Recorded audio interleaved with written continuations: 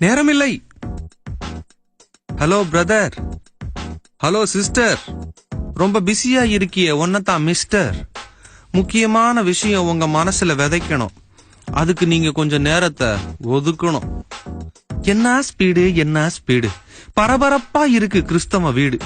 வேத வாசிப்பு வேண்டுதல் கூட ஸ்பீடு. இது ரொம்ப பேடு பேடு.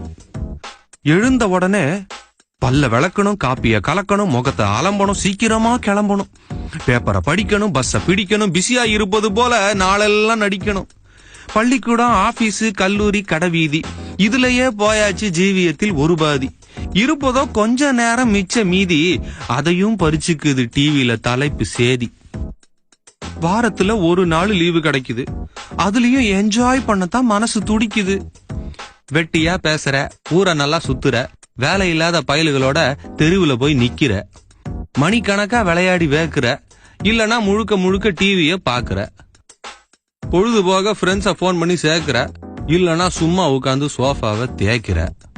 சோசியல் மீடியாவுக்கு நேரம் இருக்கு, சொந்த பந்தத்துக்கு நேரம் இருக்கு, இன்டர்நெட்டுக்கு நேரம் இருக்கு, அடுத்தவன் விஷயத்துல இன்டர்ஃபியர் பண்ண நேரம் இருக்கு, திங்க நேரம் இருக்கு, ரெசார்ட்ல போய் தங்க நேரம் இருக்கு, ஜிம்முக்கு நேரம் இருக்கு, ஜம்முன்னு ட்ரெஸ் பண்ண நேரம் இருக்கு, பாட்டி கிட்ட கதை கேட்க நேரம் இருக்கு, பாட்டி வச்சு மிதக்க நேரம் இருக்கு, பசங்க டியூஷனுக்கு நேரம் இருக்கு, பொண்ணுங்க ஃபேஷனுக்கு நேரம் இருக்கு, வீட்டம்மா ரேஷனுக்கு நேரம் இருக்கு, ஐயா ரயில்வே ஸ்டேஷனுக்கு கூட நேரம் இருக்கு, பிக்கப்புக்கு நேரம் இருக்கு, பீஸா தின்ன நேரம் இருக்கு, டிராப்புக்கு நேரம் இருக்கு, டிராமா பார்க்க நேரம் இருக்கு, சமையலுக்கு நேரம் இருக்கு, சீரியலுக்கு நேரம் இருக்கு, செல்போனுக்கு நேரம் இருக்கு, சும்மா பேச நேரம் இருக்கு, பாக்கு போட நேரம் இருக்கு, பார்க்ல உட்கார நேரம் இருக்கு, 4 பேரை சேர்த்து வச்சு நாட்டு நடப்ப பேச நேரம் இருக்குயா. வாலிபர் ரொமான்ஸுக்கு நேரம் இருக்கு, ரிலாக்ஸுக்கு நேரம் இருக்கு, ரோமியோ மாதிரி ட்ரெஸ் பண்ணிக்கிட்டு ரோட்ல சுத்த நேரம் இருக்கு, கல்யாணத்துக்கு நேரம் இருக்கு, கருமாதிக்கும் நேரம் இருக்கு, எல்லாத்துக்கும் நேரம் இருக்கு, என்னத்துக்கெல்லாமோ நேரம் இருக்கு. ஆனா நேரத்தை படைச்ச ஆண்டவருக்கு கொடுக்க கொஞ்சம் நேரம் இல்லையா உனக்கு? நேரத்துக்கு முன்னாலேயே உன்னை நினைச்சாரு, நேரத்துல சரியா உன்னை படைச்சாரு, உனக்காக தானே ஏன் மரிச்சாரு, சிலுவையில கைய விரிச்சாரு. வேதம் படிக்க நேரம் இல்ல, வேண்டுதல் செய்யவும் நேரம் இல்ல, கர்த்தருக்கு செலவிட நேரம் இல்ல, உனக்கு இது முக்கியம்னு தோணவில்லை.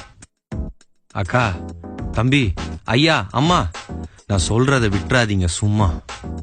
அன்றாடம் கர்த்தரை தேடணும், அதிகாலையில அவரை நாடணும், இரவும் பகலும் வேத தியானம், இதுதான் என் உண்மையான ஞானம்.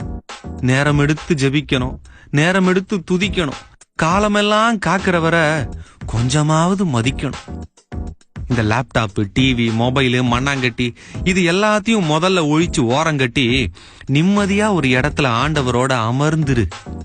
நித்தியமில்லாத இந்த உலகத்தை கொஞ்ச நேரம் மறந்துரு. உன் காணிக்கைக்காக அவர் காத்திருக்கல, ஏன்னா வெள்ளியும் பொண்ணும் அவரோடது. உன் சொத்து பத்துக்காக அவர் காத்திருக்கல, ஏன்னா வானமும் பூமியும் அவரை பாடுது. அவர் கேட்பது உன்னோட நேரத்தை, இதுல காட்டு உன் பக்தி வீரத்தை. அவர் ஏங்குவது உன்னோட உறவுக்காக. இதெல்லாம் எதுக்கு தெரியுமா? கிறிஸ்தவ துறவுக்காக. ஏய், என்னவோ ஓடிக்கிட்டே இருக்க, எதையோ தேடிக்கிட்டே இருக்க, எங்கய்யா ஓடுற? என்னத்தை தான் நீ தேடுற? முதல்ல உன் ஓட்டத்தை நிறுத்து, உலகத்து மேல நாட்டத்தை நிறுத்து, மற்றது எல்லாத்தையும் மறுத்து அந்த மேசியாவோட தொடங்கு போக்கு வரத்து. நீ கூப்பிட்டா மட்டும் அவர் உடனே வரணும், நீ கேட்டதெல்லாம் வாங்கி தரணும். ஆனா அவர் கூப்பிட்டா உனக்கு வேலை இருக்கு. அட கிறுக்கு கிறுக்கு, நினைச்சு பாரு. அவர் செய்த நன்மைகள், காட்டிய தயவு, அருளின ஆசீர்வாதம், நீக்கிய கொடிய வாதம்.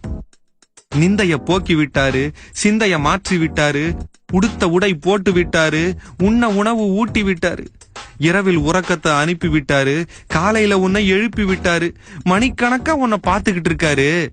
நீ மணிய பாத்துக்கிட்டு இருக்கியா? உன்னை காக்குறவரை நீ காக்க வைக்காத, கரை சேர்க்கிறவரை நீ ஏக்க வைக்காத. பாரத்தை நீக்குறாரியா அவரு, உன் நேரத்தை கொடுத்தா என்ன தவறு?